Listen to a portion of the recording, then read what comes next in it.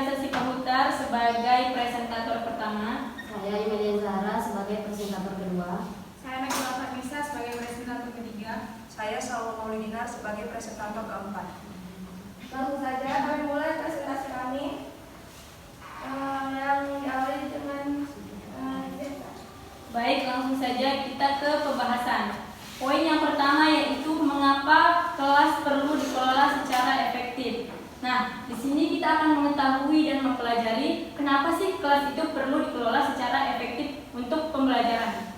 Nah, proses pembelajaran merupakan serangkaian kegiatan yang dilaksanakan oleh guru dan siswa dengan memanfaatkan sarana yang tersedia untuk memperoleh hasil belajar yang optimal. Memanfaatkan contohnya seperti papan tulis, spidol, kursi, dan lainnya. Nah, guru, siswa, dan materi pelajaran adalah 3 unsur utama yang terlibat langsung dalam proses ini agar tujuan pembelajaran tercapai. Nah, dari guru, siswa, kemudian materi itu merupakan 3 unsur penting untuk terjadinya atau terlaksananya proses pengelolaan kelas. Di kelas itu bagaimana proses pembelajarannya. Nah, jadi apabila antara 3 unsur tersebut terjadi secara maksimal, maka hasil pembelajaran tersebut akan optimal. Perlunya kemampuan mengelola kelas yang dimiliki oleh seorang guru karena pembelajaran adalah proses membantu siswa belajar yang ditandai dengan perubahan perilaku baik dalam aspek kognitif maupun psikomotorik. Nah, manajemen kelas yang efektif akan memaksimalkan kesempatan pembelajaran murid. Tren baru dalam manajemen kelas lebih menekankan pada pembimbingan murid untuk menjadi lebih mau berdisiplin dan tidak terlalu menekankan pada kontrol eksternal. Dalam tren lama yang lebih menekankan pada pelajar, guru lebih dianggap sebagai pemandu, koordinator, dan fasilitator. Nah, di dalam pengelolaan pembelajaran kelas ini, kita akan masuk ke dalam isu manajemen di kelas sekolah dasar. Jadi di dalam pengelolaan manajemen kelas ini ada isu-isu, beberapa isu untuk kita mengetahui bagaimana kita mengelola kelas ini, memanajemen kelas ini. Di SD kita mengambil di kelas SD ya. Di SD ini mengandung banyak isu manajemen yang mirip pada semua level pendidikan manajer kelas yang baik mendasar lingkungan fisik. Kelas padat, kompleks, dan berpotensi kacau dalam menganalisis lingkungan kelas mendeskripsikan 6 karakteristik yang merefleksikan kompleksitas dan potensi problemnya. Nah, di sini kami akan mengambil 5 poin. Apa itu yang terjadi, isu-isu yang terjadi di dalam kelas tersebut? Yang pertama yaitu aktivitas terjadi secara simultan. Nah, isu yang pertama yang ada di dalam pengelolaan kelas itu yang pertama yaitu aktivitas terjadi secara simultan. Apa itu simultan? Nah, simultan ini adalah proses yang terjadi secara bersamaan. Contohnya di dalam kelas itu ada yang sedang ngobrol 2 orang, sebagian sana sedang menulis, ada yang di belakang sedang bertengkar, ada yang sedang bertanya kepada guru. Itu isu yang pertama. Jadi itu isu yang pertama itu perlu dikelola. Yang kedua yaitu hal-hal terjadi secara cepat. Nah, kejadian ini seringkali terjadi di kelas membutuhkan respon cepat. Misalnya ada 2 murid berdebat tentang pemilikan buku catatan, atau ada yang rebutan pensil, rebutan pulpen, atau yang ada buku maju ke depan. Nah, itu hal-hal yang terjadi secara cepat. Jadi si guru atau si manajemen kelas ini perlu mempelajari hal-hal tersebut agar ia mampu mengelola kelas secara efektif. Yang ketiga yaitu kejadian seringkali tidak bisa diprediksi. Nah, meskipun Anda atau guru kita dalam kelas sudah merencanakan berbagai macam tujuan, seperti sudah membuat modul, itu yang secara materi, RPP, dan perencanaan lainnya, misalnya masuk, berdoa dulu, kemudian mengucapkan pembahasan-pembahasan yang akan disampaikan pada hari itu. Walaupun sudah disusun secara teratur, tapi hal tersebut seringkali meleset atau tidak bisa kita prediksi. Ada aja gitu kejadian yang tiba-tiba terjadi. Itu isu yang ketiga. Yang keempat yaitu hanya ada sedikit privasi. Nah, kelas adalah tempat publik. Di sini semua menyatu. Tidak ada privasi-privasi, ada tapi hanya sedikit. Jadi semuanya bisa tahu kita mau buat apa dan pun kita disuruh gitu. Jadi masalah kita, masalah sisi ini itu bisa dilihat oleh teman-temannya gitu. Itu isu yang keempat. Kemudian isu yang kelima yaitu kelas punya sejarah. Nah, ini sangat penting untuk dipelajari oleh seorang guru. Jadi, maksud dari kelas punya sejarah yaitu di awal masuk, seorang guru itu tidak boleh secara asal-asalan. Maksudnya gimana? Nah, guru itu masuk di awal pertama, si murid-murid ini sudah mencetak di dalam otaknya. Yang menjadi kemudian itu sejarah. Jadi, setiap guru yang masuk di awal kelas itu usahakan melakukan atau memaparkan yang baik-baik dulu gitu.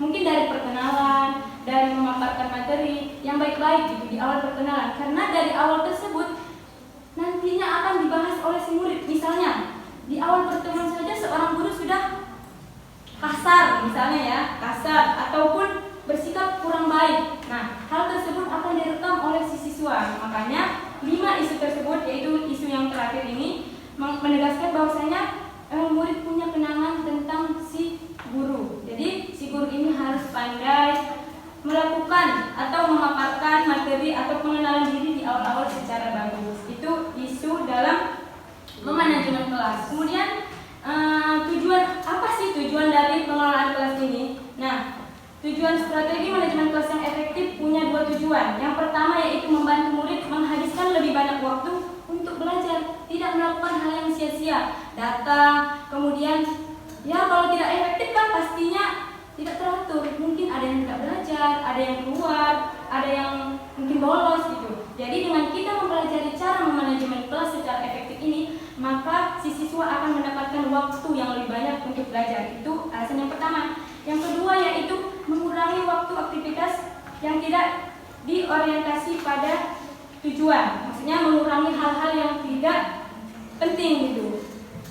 Kelas yang dikelola dengan baik akan membuat murid sibuk dengan tugas yang menentang, kemudian akan mengasah pola pikirnya, mengasah kemampuannya menjadi lebih baik lagi. Itu alasan dari mengapa kita perlu mempelajari strategi manajemen kelas yang efektif. Sekian dari poin yang pertama, kita lanjutkan ke poin yang selanjutnya. Baiklah, langsung saja kita masuki ke poin kedua, yaitu mendesain lingkungan fisik kelas.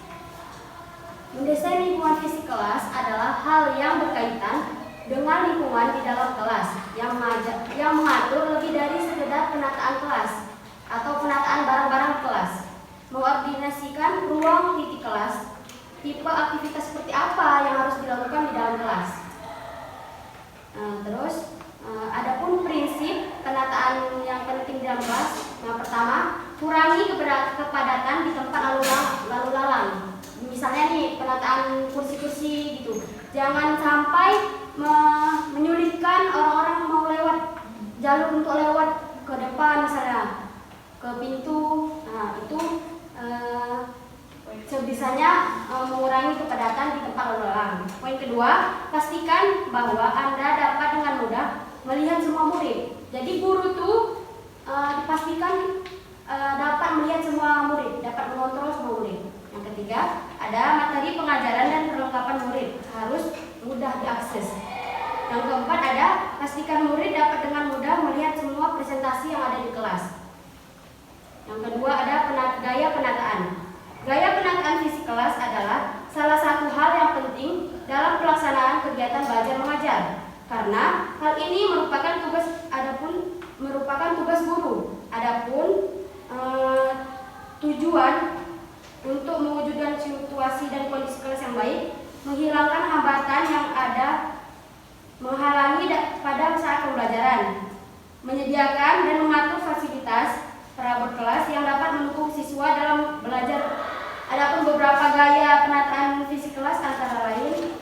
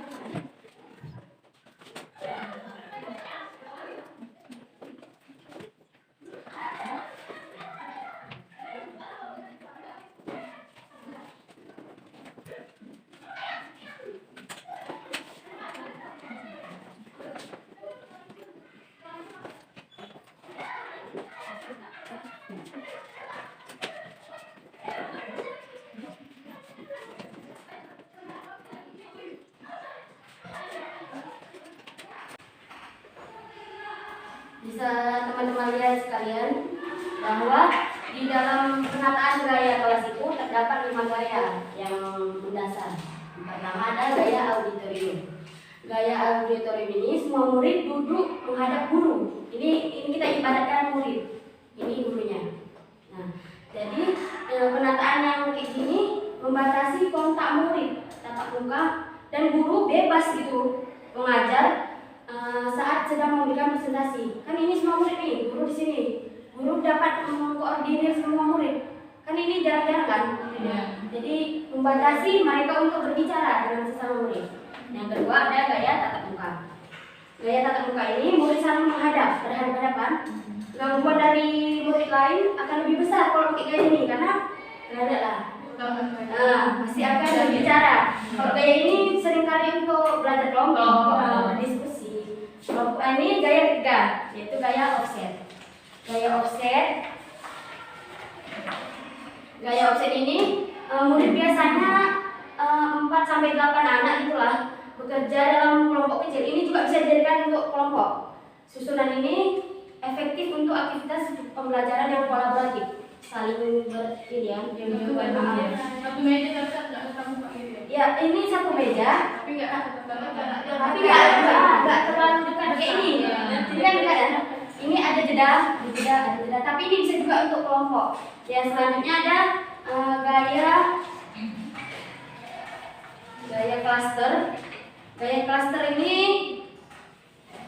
efektif juga untuk menjadikan kolaboratif.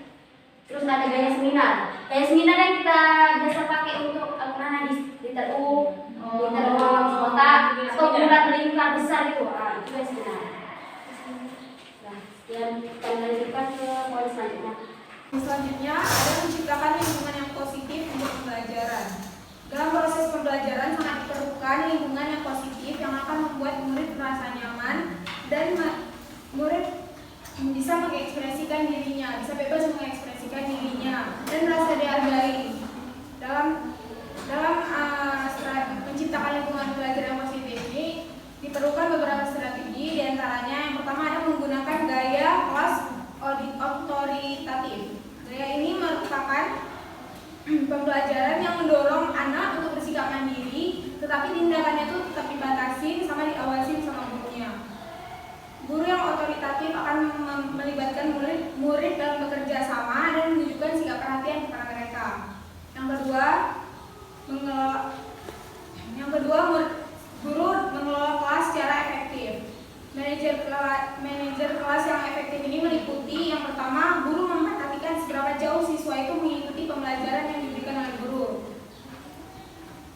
Yang kedua, guru harus dapat mengatasi situasi tumpang tindih secara efektif. Situasi tumpang tindih ini misalnya guru lagi ngajar di dalam kelas, tetapi di luar ada murid yang bertengkar. Jadi guru harus melerai yang di luar. Sementara yang di kelas kan nggak bisa ditinggal kayak gitu aja. Jadi guru harus bisa mengatasi situasi itu biar yang di dalam kelas tetap belajar dan guru bisa melerai yang di luar gitu. Terus yang ketiga, menjaga kelancaran dan situasi pembelajaran. Jadi yang keempat, melibatkan peserta didik dalam berbagai aktivitas yang menantang. Yang menantang ini tetapi nggak yang berbahaya, nggak yang terlalu sulit, karena kan untuk anak SD gitu. Bisa jadi dengan dibuat games ataupun apa gitu. Terus yang poin ketiga, mengajarkan dan mempertahankan aturan dan prosedur. Agar pembelajarannya lancar, pastinya harus ada aturan sama prosedurnya yang jelas. Murid harus tahu secara spesifik bagaimana aturan itu. Jadi guru harus menjelaskan kepada murid gimana aturan pembelajarannya secara jelas. Tanpa ada aturan dan prosedur yang jelas akan muncul kesalahpahaman yang bisa melahirkan kekacauan. Terus yang terakhir, mengajak murid untuk bekerja sama. Ada beberapa strategi yang bisa diterapkan guru untuk mengajak murid bekerja sama. Yang pertama, bisa dengan menjalin hubungan yang positif antara guru dan murid. Karena kalau misalnya muridnya udah senang sama gurunya, pasti insya Allah pembelajaran itu masuk. Terus yang kedua, mengajak murid untuk berbagi dan menimbang tanggung jawab. Yang ketiga, memberi hadiah terhadap perilaku yang tepat. Misalnya muridnya bisa jawab ataupun apa, jadi guru memberikan pujian, apresiasi untuk pujian. Selanjutnya, poin selanjutnya yaitu poin D, yaitu menjadi komunikator yang baik. Sebelum membahas ke poin D ini, kita harus mengetahui dulu apa itu yang dimaksud dengan komunikasi. Komunikasi itu merupakan proses penyampaian pesan dan penerimaan pesan yang dilakukan oleh dua orang atau lebih. Pemberi pesannya itu disebut sebagai komunikator dan yang menerima pesan tersebut disebut dengan komunikan. Jika di dalam dunia pendidikan yang disebut sebagai komunikator itu adalah gurunya yang memberikan pesan kepada komunikan, yaitu murid. Murid itu disebut dengan komunikan. Adapun isi pesan yang disampaikan itu bisa berupa pesan verbal dan pesan non-verbal. Pesan verbal itu contohnya seperti apa? Pesan verbal itu contohnya seperti pesan yang disampaikan secara langsung ataupun lisan, dan pesan yang disampaikan melalui tulisan itu contoh dari pesan verbal. Kalau pesan non-verbal itu adalah pesan yang disampaikan dengan ekspresi wajah, intonasi suara, gerak tubuh, dan lain-lain. Itu termasuk ke dalam pesan yang disampaikan melalui nonverbal. Untuk itu, untuk menjadi komunikator yang baik itu ada beberapa strategi yang harus dilakukan seorang guru. Apa saja strateginya? Strategi yang pertama yaitu seorang guru harus mampu berbicara di depan kelas dan murid. Dalam berbicara di depan kelas dan murid, salah satu hal penting yang harus diingat oleh guru adalah bahwa guru tersebut harus menyampaikan informasi itu secara jelas, harus menyampaikan informasi itu dengan tata bahasa yang mudah untuk dipahami oleh murid tersebut, agar kejelasan dalam berbicara dapat membuat pengajaran itu berjalan dengan baik, karena muridnya itu bisa paham dengan apa yang dijelaskan oleh guru tersebut. Jadi poin yang pertama ini intinya, guru itu dalam berbicara di depan kelas dan murid harus menggunakan tata bahasa yang benar, memilih kosakata yang mudah untuk dipahami oleh murid tersebut, dan berbicaranya itu dengan tempo yang tepat, tidak terlalu lambat dan juga tidak terlalu cepat, tetapi sedang-sedang saja. Strategi yang kedua, guru itu harus bersikap asertif. Apa itu bersikap asertif?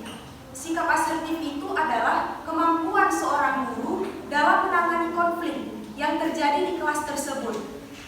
Dengan sikap asertif itu, guru memiliki kemampuan untuk menyelesaikan konflik, di mana seseorang akan mengutarakan apa yang dirasakannya. Jadi guru itu dalam bersikap asertif ini bisa mengutarakan apa yang dirasakan. Misalnya anak murid itu nakal, guru itu langsung saja mengatakan bahwa kamu ini nakal gitu, tapi bukan di tempat yang ramai gitu, di tempat yang khusus untuk menasihati anak murid tersebut gitu. Dan guru itu bisa meminta apa yang diinginkan dan menolak apa yang tidak diinginkan. Dan guru itu juga harus bersikap adil dan bijaksana dalam suatu masalah. Misalnya ada problem, bertengkar ataupun anak murid itu berkelahi gitu, guru harus bersikap adil dan bijaksana dalam mengatasi masalah tersebut. Itu yang dimaksud dengan bersikap asertif. Strategi yang ketiga yaitu guru itu harus mampu bersikap netral, tidak cenderung menyalahkan siswa dengan mudah. Seperti yang kita ketahui sekarang, kan banyak tuh guru-guru yang langsung gitu kayak mengatakan bahwa siswa itu bodoh di depan orang yang ramai. Itu kan bisa membuat mental anak itu jatuh gitu, down gitu di depan semua orang. Seharusnya jika guru itu ingin menasihati anak tersebut, itu harus di tempat yang memang khusus, kayak ruang BK, ruang yang khusus lah gitu. Mengatakannya dengan yang bagus, bahwa kamu harus berubah untuk menjadi lebih baik gitu. Jadi guru itu harus bersikap netral, tidak cenderung menyalahkan siswa dengan mudah. Itu strategi yang ketiga. Strategi yang keempat, guru itu harus menjadi pendengar yang baik. Guru harus bersikap terbuka dan memberikan kesempatan pada siswanya untuk mengemukakan pendapat gitu. Jadi guru harus menjadi pendengar yang baik bagi siswanya. Jangan hanya mau didengar saja, tetapi tidak mau mendengar apa yang disampaikan oleh siswa gitu. Kemudian strategi yang kelima itu melakukan kontak mata.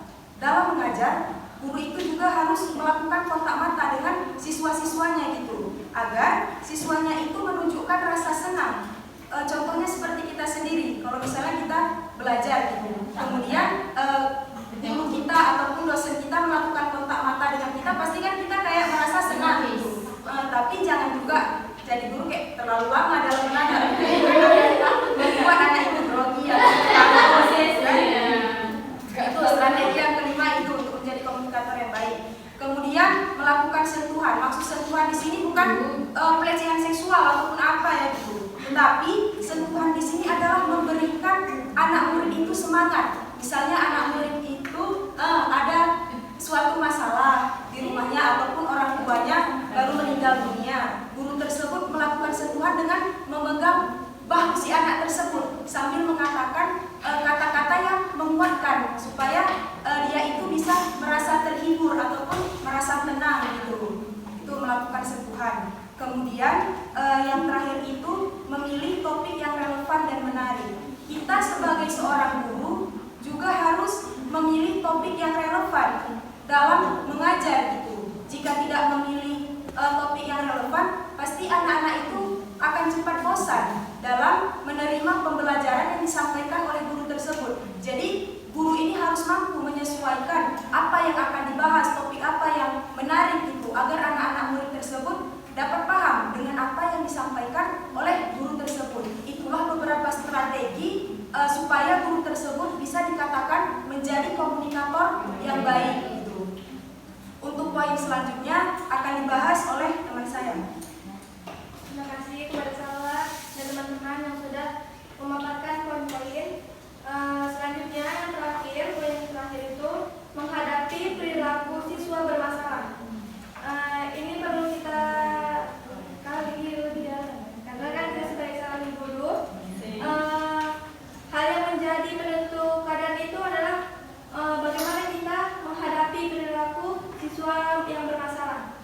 Nah, mengikuti perkembangan zaman dan teknologi yang udah canggih ini, pasti kita banyak nemuin anak-anak tuh yang melakukan penyimpangan, bukan cuma di sekolah aja, tapi di luar-luar, di tempat umum juga pasti kita menemukan anak-anak yang melakukan penyimpangan. Nah, itu merupakan tantangan besar bagi kita sebagai seorang guru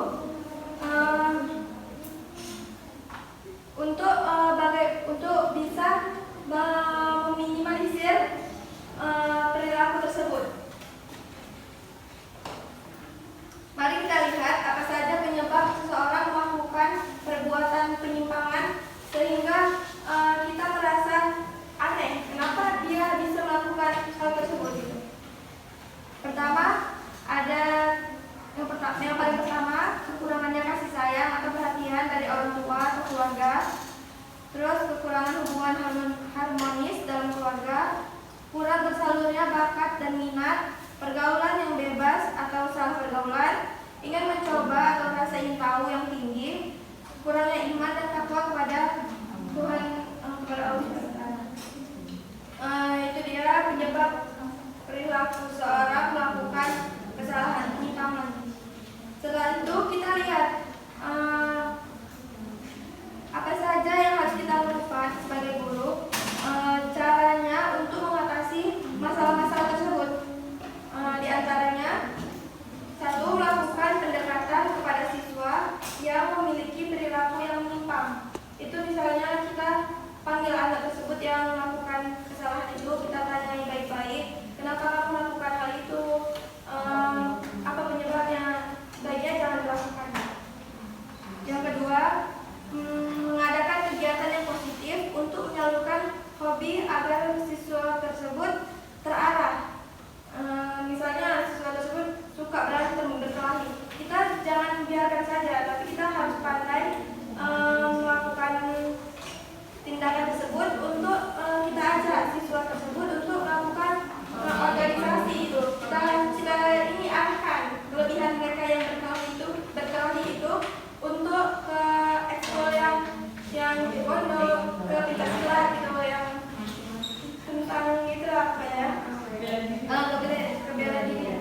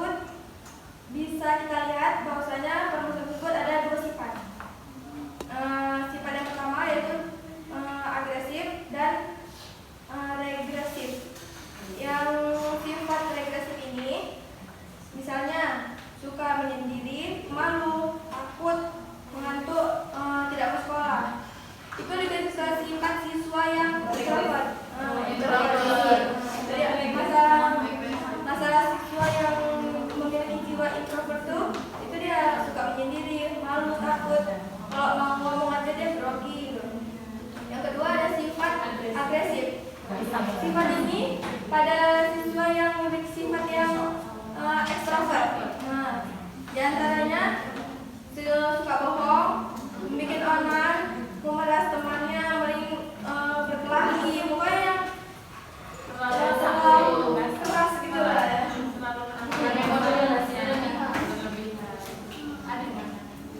Kemudian ada juga langkah yang perlu kita ambil untuk menanggapi perilaku tersebut. Nah, yang pertama memanggil anak tersebut untuk menanggapi perilaku tersebut. Nah, yang pertama memanggil anak tersebut untuk ditanyai lebih baik sebab-sebab apa yang ditimbulkan. Yang kedua, menerima anak yang bersalah dengan penuh kasih sayang. Jangan kita marah-marahi, tapi kita tanya baik-baik, kita terima. Yang ketiga, memahami keberadaan anak dengan sedalam-dalamnya. Kita juga harus tahu keadaan anak itu bagaimana. Entah dia ada masalah di rumah, jadi terbawa-bawa ke sekolahnya. Yang keempat, menanamkan nilai spiritual yang benar. Itu dia tadi mengajak untuk lebih giat beribadah. Yang kelima, siswa perlu terbiasa menyampaikan masalah belajarnya. Nah, ini juga perlu karena bukan dari guru aja, tapi dari siswa juga harus mengeluarkan unek-uneknya ya. Bagaimana dia menerima pelajaran ini, kenapa nggak bisa masuk dalam diri dia gitu, nggak bisa memahami dengan lebih baik. Dia harus utarakan itu kepada gurunya. Yang keenam, ada guru perlu menemukan sumber masalah siswa yang rumit dan kompleks. Nah, itu lagi kembali lagi pada gurunya, ditanyai lagi kepada anak yang bermasalah tadi. Kenapa bisa anak itu sulit memahami pembelajaran? Mungkin itu saja yang dapat kami sampaikan melalui diskusi kita hari ini. Untuk selanjutnya kami akan membuka sesi diskusi kepada teman-teman yang ingin bertanya. Kami persilakan. Silakan Dinda. Assalamualaikum warahmatullahi wabarakatuh. Waalaikumsalam warahmatullahi wabarakatuh. Nama saya Hamidah. Saya ingin bertanya soal kelompok 5. Yang pertanyaannya, mengapa kita perlu menciptakan lingkungan belajar yang positif dalam pembelajaran ini? Mengapa kita perlu menciptakan lingkungan yang positif Dalam lingkungan belajar. Oke, terima kasih Nida. Silakan.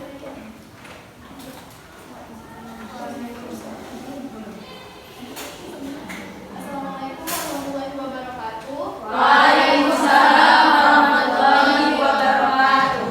Saya mungkin Salsabila ingin bertanya, kita ini kan sebagai calon guru, pasti nanti waktu mengajar pasti menemukan siswa yang sulit memahami materi.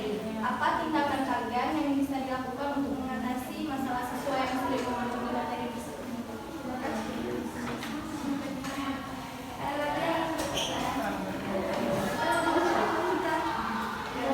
Satu ya. Sabar, Oh ya, nah, silakan Nashinta. Assalamualaikum warahmatullahi wabarakatuh. Waalaikumsalam warahmatullahi wabarakatuh. Perkenalkan, nama saya Nur Nabila. Saya ingin bertanya ke kelompok 5. Pertanyaannya, bagaimana cara kita mengetahui bahwa kita itu sudah menjadi komunikator yang baik, dan Bagaimana cara kita mengetahui bahwa kita sudah menjadi komunikator yang baik? Oh, iya benar. Terima kasih. Silakan Sarah. Assalamualaikum warahmatullahi wabarakatuh. Waalaikumsalam warahmatullahi wabarakatuh. Nama saya Sarah Naida, ingin bertanya kepada kelompok 5. Itu pertanyaannya, menurut kalian gaya penataan apa yang lebih efektif untuk mendesain lingkungan isi kelas?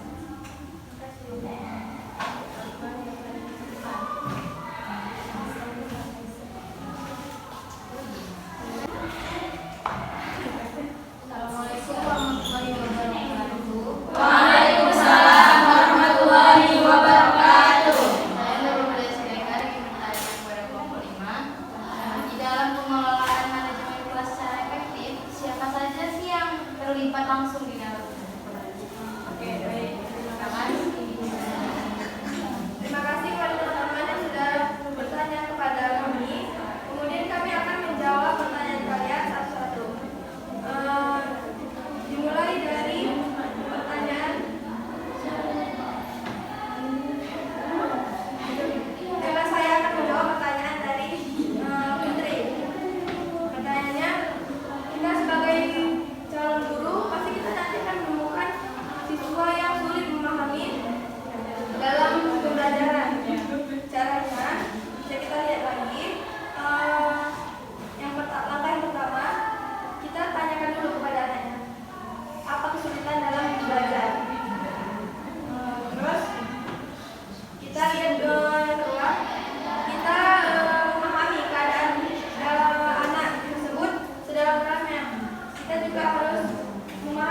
situasi anak tersebut, apakah di rumahnya ada masalah atau dia lagi nggak enakan sama temannya, jadi membuat situasi dalam pembelajaran nggak masuk dalam diri siswa itu.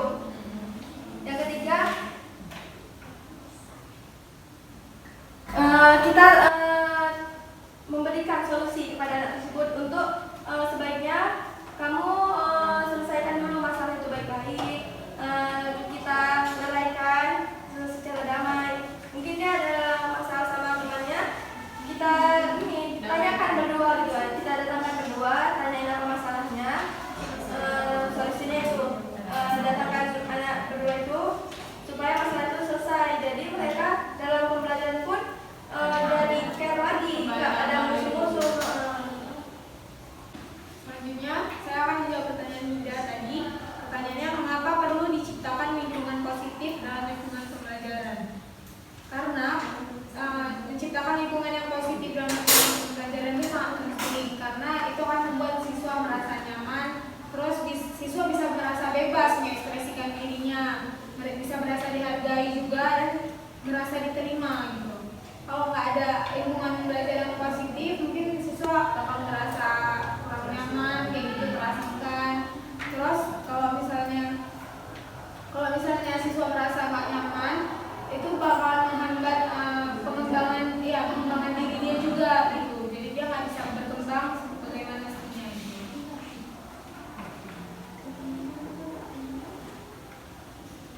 Oke, selanjutnya saya akan menjawab pertanyaan dari Mas Cinta. Pertanyaannya yaitu, bagaimana cara kita untuk mengetahui bahwa diri kita itu sudah menjadi komunikator yang baik dan benar? Untuk mempersingkat waktu, saya hanya akan menjawab 4 faktor saja untuk mengetahuinya. Yang pertama itu caranya, untuk mengetahui diri kita ini sudah menjadi komunikator yang baik atau benar atau tidak, gitu kan? Yang pertama itu apabila siswanya itu mampu menangkap pesan yang sudah disampaikan oleh komunikator tersebut, guru tersebut, itu bisa dikatakan bahwa kita ini sudah berhasil menjadi komunikator yang baik. Itu faktor yang pertama. Faktor yang keduanya itu ketika guru tersebut memang sudah mampu untuk bersikap adil, tidak memihak kepada siapapun, tidak condong ke kanan gitu. Misalnya anak ini salah gitu, anak ini salah, ya udah katakan bahwa dia itu salah gitu. Kita harus bersikap adil, tidak boleh memihak kemanapun gitu. Meskipun ayahnya kepala sekolah ataupun ayahnya yang mempunyai jabatan yang tinggi, kalau memang dia salah, katakan salah gitu. Itu faktor yang keduanya. Kemudian faktor yang ketiganya itu guru harus mampu bersikap netral seperti yang sudah saya jelaskan tadi. Dalam bersikap netral itu tidak cenderung menyalahkan siswa di tempat keramaian. Dia memilih tempat yang khusus gitu. Itu yang faktor yang ketiganya. Kemudian faktor yang keempatnya itu menjadi pendengar yang baik juga. Guru harus mampu menjadi pendengar yang baik. Nah, itulah beberapa faktor yang bisa kita ketahui dalam diri kita jika kita sudah menjadi komunikator yang baik ataupun yang benar. Bagaimana kita? Baiklah, saya akan menjawab pertanyaan dari Sarah yang pertanyaannya itu, menurut kalian gaya apa yang lebih efektif untuk menyelesaikan lingkungan kelas? Jadi jawaban kami adalah dalam memikirkan gaya apa nih yang cocok tuh untuk efektif bisa kelas. Kita harus tahu dulu nih apa materi yang mau di hari ini, mau materi apa, pembelajaran apa. Jadi bisa gunakan gaya-gaya tadi. Tergantung mata pelajarannya apa nih yang ini gitu. Nah, misalnya jika ingin melakukan presentasi, sebaiknya lakukan gaya audio. Dan apa tuh sebelum gaya set off juga boleh, set off boleh juga tuh. Ya, gaya ini, kedua gaya ini lumayan membatasi interaksi antar sama murid. Jadi dia kan akan fokus pada guru saja. Kalau mau melakukan tugas individu, misalnya bisa pakai gaya klaster juga bisa, seminar juga bisa, seminar ya.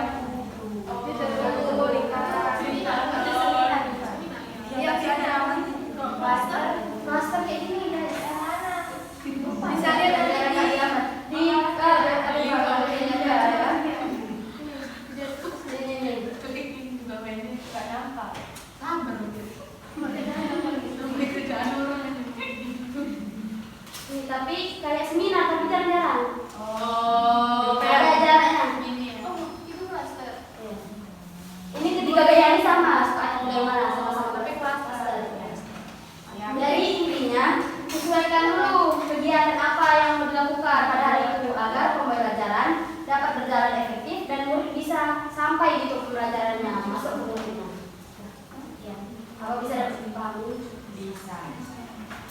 Baik, langsung saja saya menjawab pertanyaan dari Nurul Dasireka. Pertanyaannya, siapa saja yang terlibat langsung dalam proses pembelajaran agar menjadi efektif? Sebenarnya pertanyaan ini kurang pas kalau kurang ditambah dengan bukan siapa aja, tapi siapa dan apa. Karena nggak cuma siapa manusia kan, nggak cuma manusia yang mengaruhi pelajaran itu bisa berjalan dengan efektif, tetapi juga materi. Itu kan bukan manusia kan. Jadi yang pertama yaitu guru, yang kedua siswa, yang ketiga materinya.